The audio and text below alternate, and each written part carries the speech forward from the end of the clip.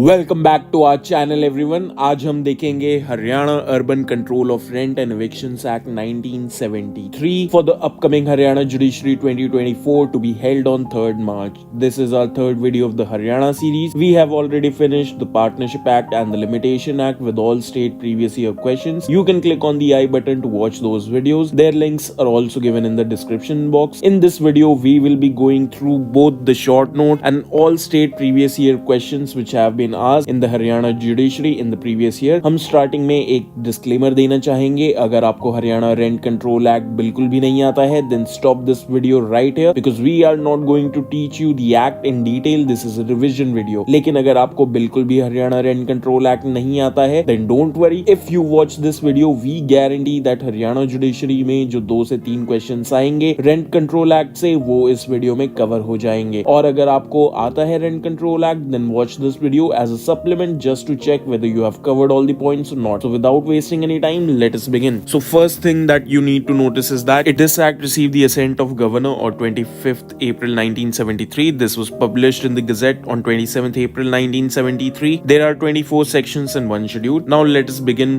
with the main act. Section 1 talks about shore, title and extent. It is applicable in all urban areas, the act, but is not applicable in cantonment areas and is not applicable to new buildings for 10 years. Section 2 talks about the definition. So section 2A defines building. It includes land, godowns, outhouses, gardens, lawns, wells, tanks which are pertinent to the building, including the furniture, fittings and machinery, but does not include a hotel, hostel or a boarding house. 2B defines controller who is appointed by the state government. 2C defines landlord, and landlord includes trustee, guardian, receiver, executor, administrator and tenant who sublet. Remember that this is the most important point. A tenant who sublets is also a landlord. 2D defines non-residential building. It is a building which is mainly or partly used for business or trade. 2F defines rented land. It is something which is separately let principally for business or trade. 2G defines residential building. 2H defines a tenant, and who is not a tenant? A person who is placed in occupation by the tenant without the written consent of the landlord is not a tenant. If you're paying rent or fees in a public market, cart stand or of a slaughterhouse which has been leased by a municipal town committee, then also you're not a tenant. 2I defines urban area which comes under the municipal committee, notified area committee, Faridabad complex administration or declared so by the state government. Section 3 talks about exemptions which are given by the state government. Section 4 talks about determination of fair rent. Who determines the fair rent? The controller determines the fair rent on application of tenant or landlord after he does an inquiry, and it is operative from the date of the application. Now the next point is with respect to the basic rent. So if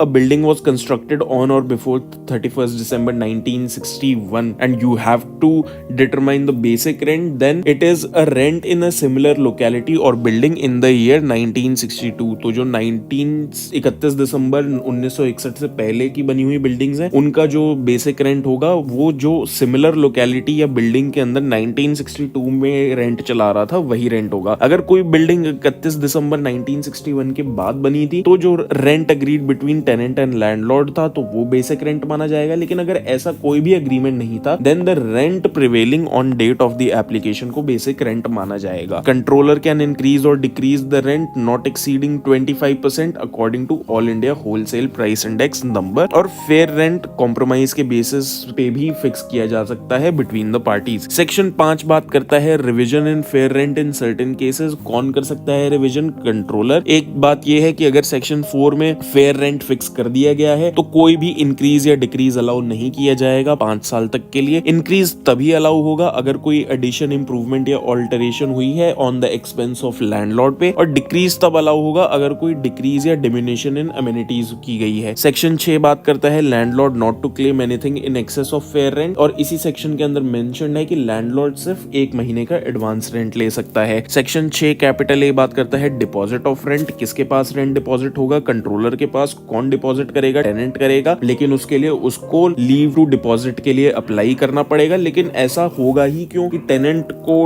deposit करना पड़े rent controller के पास? तो ऐसा तब होगा अगर landlord ने rent receive करने से मना कर दिया या फिर उसने रिसीट देने से मना कर दिया, और इस केस में कंट्रोलर जो है वो नोटिस भी देगा रिसीट टेनेंट का लैंडलॉर्ड को। सेक्शन 7 बात करता है rent which should not have been paid may be recovered, तो ये इसकी recovery within 6 months after the date of payment हो जानी चाहिए and it can be deducted from the rent within 6 months from the rent payable. Section 8 बात करता है increase of rent on account of payment of rates etcetera of a local authority. तो मान लीजिए किसी लोकल अथॉरिटी ने कोई fresh rate, cess या टैक्स लेवी किया है, तो जो भी इंक्रीज होगा वो उस इंक्रीज से, उस रेट, सेस या टैक्स के इंक्रीज से ज्यादा नहीं होना चाहिए। और ये पेबल कब होगा? It is payable by the tenant from the date of dispatch of written notice of demand send by the landlord. जब landlord written notice of demand send करेगा, टेनेंट को डिस्पैच करेगा, तो उस डेट से पेबल होगा। सेक्शन 9 बात करता है landlord to provide certain amenities. Landlord को कुछ अमेनिटीज देनी होंगी। कौन सी अमेनिटीज देनी होंगी? कि अगर कोई इलेक्ट्रिसिटी, सीवरेज या tap water facility state government या लोकल अथॉरिटी ने प्रोवाइड कर रखी है लैंडलॉर्ड को, और अगर landlord fails to agree in writing within 30 days, 30 दिन में वो नहीं मानता है या तो फिर 90 दिन में उसको प्रोवाइड नहीं करता है, then controller on application of the tenant will permit the amenity, और tenant is entitled to deduct expenses incurred till the amount is realised. मान लीजिए कि अगर टेनेंट ने अपने एक्सपेंसेस पे उन अमेनिटीज को लिया है, तब वो उन एक्सपेंसेस को डिडक्ट कर सकता है रेंट में से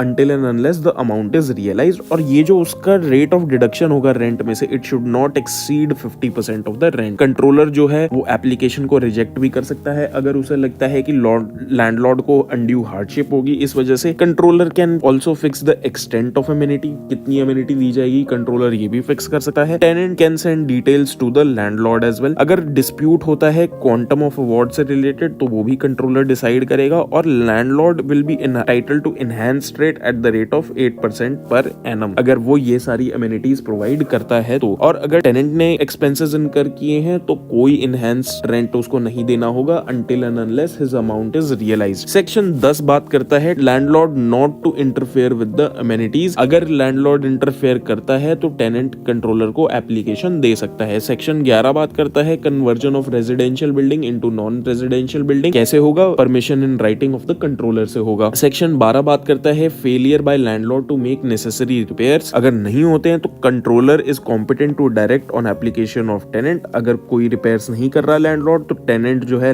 कंट्रोलर को अप्लाई करेगा और कंट्रोलर उसके बेसिस पे ऑर्डर कर सकता है, और वो टेनेंट को भी ऑर्डर कर सकता है कि तुम ही रिपेयर्स करवा लो, लेकिन जो भी कॉस्ट होगी it will be deducted from the rent. Now we will take a look at the most important section in the rent control act, that is section 13। अब सेक्शन 13 बात करता है एविक्शन ऑफ टेनेंट। इस section में simple सी बात की गई है कि कुछ ग्राउंड्स बताए गए हैं जिन ग्राउंड्स को साइट करके लैंडलॉर्ड टेनेंट का एविक्शन करवा सकता है। सबसे पहला ग्राउंड है सेक्शन 13(2)(1), जिसके अंदर बोला गया है not paid rent within 15 days और last day of the month. अगर टेनेंट ने 15 दिन के अंदर अंदर या महीने के आखिरी दिन से पहले रेंट नहीं पे किया है तो it is a ground of eviction. अब इसमें कौन कौन सी कंडीशंस होती हैं? अगर टेनेंट ने with in 15 days of first hearing rent पे कर दिया तो it is deemed that he has duly paid the rent, लेकिन उसको 8% की दर से अपना इंटरेस्ट देना पड़ेगा। लैंडलॉर्ड जो है इस सिचुएशन में 3 साल से ज्यादा के एरियर्स नहीं क्लेम कर सकता है। कुछ और ग्राउंड्स देख लेते हैं। 13(2)(2)(a), इसमें सबलेटिंग की बात की गई है। 13(2)(2)(b), using for other purpose than rented, किसी और चीज के लिए दिया था लेकिन यूज किसी और चीज के लिए हो रहा है। सेक्शन 13(2)(3) बात करता है कि acts of tenant to impair materially the value और यूटिलिटी ऑफ द बिल्डिंग और लैंड। सेक्शन 13(2)(4) बात करता है न्यूइसेंस की। सेक्शन 13(2)(5) बात करता है he has ceased to occupy continuously for 4 months other than hill station। इन सभी सिचुएशंस के अंदर कंट्रोलर जो है वो डायरेक्ट कर सकता है कि tenant to put landlord in position, वो ऑर्डर कर सकता है कि टेनेंट लैंडलॉर्ड को पोजीशन दे, और कंट्रोलर इन सभी सिचुएशन में मैक्सिमम 3 महीने देगा टेनेंट को ताकि वो लैंडलॉर्ड को पोजीशन दे सके। अब कुछ और ग्राउंड्स देख लेते हैं रेजिडेंशियल बिल्डिंग के रिस्पेक्ट में जो है। 13(3)(a) बात करता है रेजिडेंशियल बिल्डिंग्स के, उसमें 13(3)(a)(1) बात करता है for own occupation of no other place in the same area. अगर लैंडलॉर्ड को खुद के रेजिडेंस के लिए चाहिए और उसके पास सेम एरिया में और कोई जगह नहीं है जाने के लिए, अगर उसको इस ग्राउंड पे रिलीफ मिल गया लैंडलॉर्ड को, लेकिन उसने जाके उसकी ऑक्यूपेशन नहीं ली, तब क्या होगा? लैंडलॉर्ड को रिलीफ मिला और उसने जाके उसकी ऑक्यूपेशन नहीं ली, then tenant can apply to the controller for restoration of possession and landlord will not be entitled to apply again for another building. अगर उसको इस ग्राउंड पे रिलीफ मिलता है then he can not apply for another building. Next ground is 13(3)(a)(2), इसमें दिया गया है रिक्वायर्स फॉर ऑफिस और कंसल्टिंग रूम फॉर सन, अगर उसे अपने ऑफिस के लिए चाहिए या अपने बेटे के लिए कोई कंसल्टिंग रूम चाहिए तो उसे एविक्शन का ऑर्डर मिल सकता है। अब इसमें सबसे पहली चीज सेटिस्फाई उसे ये करनी पड़ेगी कि जो बेटा है उसके पास सेम एरिया में और कोई प्रेमिसेस ना हो, और दूसरी बात, अगर उसको बेटे के रिस्पेक्ट में ऑक्यूपेशन मिलती है अपनी प्रेमिसेस की और उसका बेटा 12 महीने तक पोजेशन नहीं लेता है तो tenant can apply for restoration to the controller. Next ground है 13(3)(a)(3। इसके अंदर बात की गई है tenant was an employee of the landlord and later cease to be, मतलब जो टेनेंट था वो लैंडलॉर्ड का एम्प्लॉय था, इसीलिए उसे एक घर दे रखा था, उसकी नौकरी चली गई तो इसीलिए अब उसकी एविक्शन होगी। अब इसके अंदर सिंपल सी बात है कि टेनेंट की एविक्शन तब तक नहीं होगी जब तक उसके अगेंस्ट जो डिसमिसल या डिस्चार्ज का ऑर्डर है वो कॉम्पिटेंट अथॉरिटी ने कंफर्म ना कर दिया हो। सेक्शन 13(3)(a)(4 बात करता है कि tenant has a residential building and acquires it और erects it in the same area. अब इसमें सिंपल सी बात ये की गई है कि टेनेंट के पास कोई और नई रेजिडेंशियल बिल्डिंग आ गई है, उसने उसको खरीद लिया है या कोई उसने अपना घर बनवा लिया है, तब इस ग्राउंड पे लैंडलॉर्ड उसकी एविक्शन करवा सकता है। Next ground is 13(3)(a)(5 member of armed forces produces a certificate under section 7 of the Indian soldiers act 1925। अगर कोई मेंबर ऑफ आर्म्ड फोर्सेस है और उसने सर्टिफिकेट दिखा दिया सेक्शन 7 इंडियन सोल्जर्स एक्ट 1925 का, तो कंट्रोलर को उसकी एप्लीकेशन 1 महीने के अंदर अंदर डिस्पोज ऑफ करनी पड़ेगी। और वो कंट्रोलर इस सिचुएशन में landlord can order landlord to be put in position within 15 days of the order, मतलब वो टेनेंट को 15 दिन के अंदर अंदर पोजीशन देने के लिए भी ऑर्डर कर सकता है। लेकिन अगर इस मेंबर ऑफ आर्म्ड फोर्सेस की फैमिली ने उसकी ऑक्यूपेशन नहीं ली, उसकी पोजीशन नहीं ली उस प्रेमिसेस की, then tenant is entitled to restoration on application. जब वो एप्लीकेशन दे देगा कंट्रोलर को तो he is entitled to restoration. और अगर इस सिचुएशन में उसको रिलीफ मिलता है then landlord is not entitled to apply again for another building. अगर एक और सिचुएशन अराइज हो सकती है इस ग्राउंड के रिस्पेक्ट में कि अगर कोई मान लीजिए टेनेंसी स्पेसिफाइड पीरियड के लिए थी, तब ये member of armed forces can not apply before the specified period has expired. Next ground है सेक्शन 13(3)(b। इसके अंदर बात की गई है कि rented land for own use for business. उसने भाई जमीन दे रखी थी किराए पे, लेकिन अब उसे अपने बिजनेस के लिए उसे चाहिए वापस। अब इसकी सबसे पहले उसको कंडीशन लैंडलॉर्ड को क्या सेटिस्फाई करनी पड़ेगी, that he is not occupying in same urban area another rented land. लेकिन अगर उसको रिलीफ मिलता है और वो ऑक्यूपाई नहीं करता है उसे, then tenant can apply for restoration. Section 13(3)(c बात करता है कि requires to carry out building work at instance of state government या लोकल अथॉरिटी। अब लैंडलॉर्ड को पोजेशन चाहिए अपने घर की क्योंकि स्टेट गवर्नमेंट या लोकल अथॉरिटी ने उसे कुछ काम करने के लिए बोला है। अब सबसे पहली सिचुएशन क्या है कि अगर कोई टेनेंसी इस स्पेसिफाइड पीरियड की है तो लैंडलॉर्ड उससे पहले अप्लाई नहीं कर सकता है इस ग्राउंड का रिलीफ लेने के लिए। अगर उसको इस ग्राउंड के बेसिस पे रिलीफ मिलता है लेकिन कुछ दिनों बाद उसने किसी और टेनेंट को रेंट पे दे दिया तो जो पिछला टेनेंट था he can apply for restoration. Next is section 13(3)(a। इसके अंदर बात की गई है नॉन रेजिडेंशियल बिल्डिंग किसी को चाहिए वापस अपनी, और वो आदमी है मेंबर ऑफ आर्म्ड फोर्सेस में या फिर minor son of the deceased landlord. इन दोनों सिचुएशन में यानी कि आर्म्ड फोर्सेस का मेंबर और माइनर सन, इन दोनों सिचुएशंस में कुछ कंडीशंस आपको सेटिस्फाई करनी पड़ेगी। अगर आर्म्ड फोर्सेस का मेंबर है तो within 3 years from the date of retirement, और अगर माइनर सन है आफ्टर अटेनिंग 18 years। और अगर इस सिचुएशन में लैंडलॉर्ड को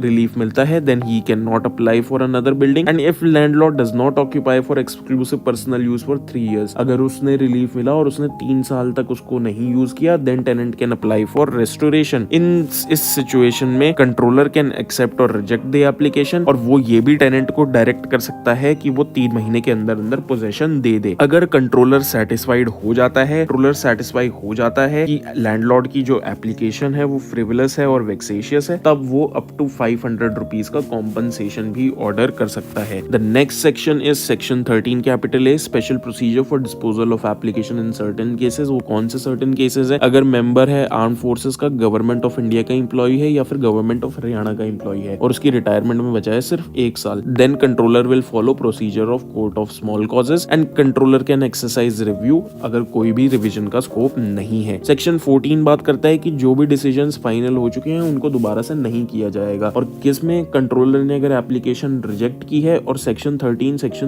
सब क्लॉज 2 और सेक्शन 13 सब क्लॉज 3 के अंदर कंट्रोलर ने एप्लीकेशन रिजेक्ट की है तो इनकी रीओपनिंग नहीं होगी। सेक्शन 15 बात करता है appellate and revisional authorities. State government appellate authorities को अपॉइंट करेगी, अपील कितने दिनों में होगी, विद इन 30 days में, और रिविजन होगी हाई कोर्ट को विद इन 90 डेज में। हाई कोर्ट सुओ मोटो भी रिवीजन कर सकता है या फिर on application of the party भी रिवीजन की एप्लीकेशन वो एंटरटेन कर सकती है। सेक्शन 16 बात करता है पावर टू समन और इन्फोर्स अटेंडेंस ऑफ विटनेसेस। अब इसके लिए जो भी अथॉरिटीज हैं इस एक्ट के अंदर, उनके पास एक कोर्ट की पावर होगी जो कि सीपीसी के अंडर एक कोर्ट के पास होती है। सेक्शन 17 बात करता है कॉस्ट्स के बारे में, तो it is the discretion of the controller, appellate और रिविजनल अथॉरिटी। सेक्शन 18 बात करता है एग्जीक्यूशन कौन करेगा, सिविल कोर्ट करेगा। एग्जीक्यूशन के पर्पज के लिए जुरिस्डिक्शन कैसे डिसाइड होगी, तो 1 साल का जो भी रेंट था, 1 साल का जो भी रेंट था उससे डिसाइड होगा कि किस सिविल कोर्ट में एग्जीक्यूशन की एप्लीकेशन जाएगी। सेक्शन 19 बात करता है institution of disposal of application. अगर एक से ज्यादा कंट्रोलर होगा, सिंपल सी बात की गई है इसके अंदर, then the one who is authorized by the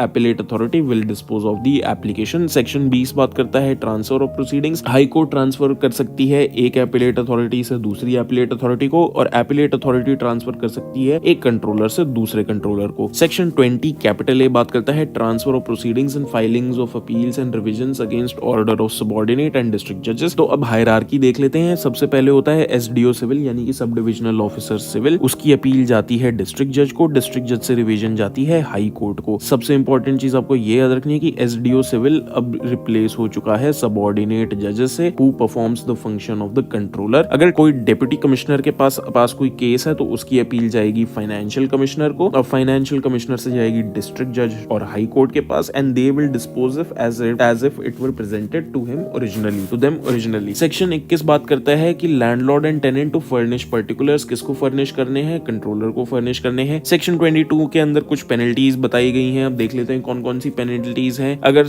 8 sub clause 2 के अंदर आपने जो भी इंक्रीज रेट या सेस या टैक्सेस उससे ज्यादा के उससे आपने रेंट इंक्रीज कर दिया है। अगर सेक्शन 10 सब क्लॉज 1 के अंदर आपने कट ऑफ कर दी है या विद होल्ड कर दी है अमेनिटीज। सेक्शन 11 के अंदर अगर लैंडलॉर्ड ने कन्वर्ट कर दिया है रेसिडेंशियल को नॉन रेसिडेंशियल में without permission of the controller. अगर सेक्शन 21 में उस पर्टिकुलर्स फर्निश नहीं किए हैं लैंडलॉर्ड और टेनेंट ने, इस सिचुएशन में फाइन लगेगा अप टू 1000 रुपीज का। अगर सेक्शन 6A के अंदर लैंडलॉर्ड ने कोई भी प्रीमियम चार्ज किया है anything above the fair rent, then he is liable for up to 2 years imprisonment, fine and both। Cognizance कौन लेगा, कोर्ट लेगा, कैसे लेगा, on complaint in writing with sanction of the controller या फिर report in writing of facts of the controller. Rules कौन बनाएगा, state government बनाएगी। कंट्रोलर कौन होगा, सबऑर्डिनेट जज होगा। एपिलेट अथॉरिटी कौन होगी, डिस्ट्रिक्ट जज या एडीजे होंगे। If you want to purchase this 7-page PDF in which you get both short notes and all previous year questions at very nominal prices, you can do it from our website or download the app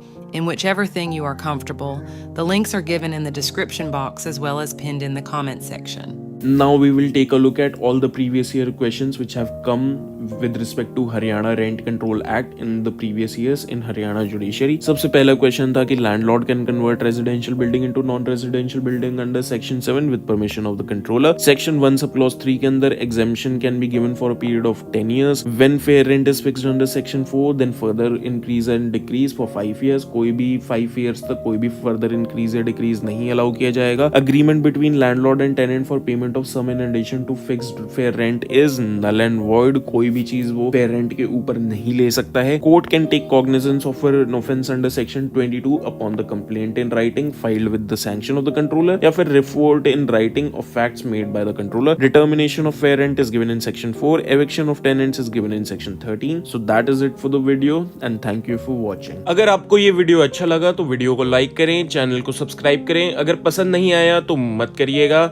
Thank you for watching. I'll see you next time.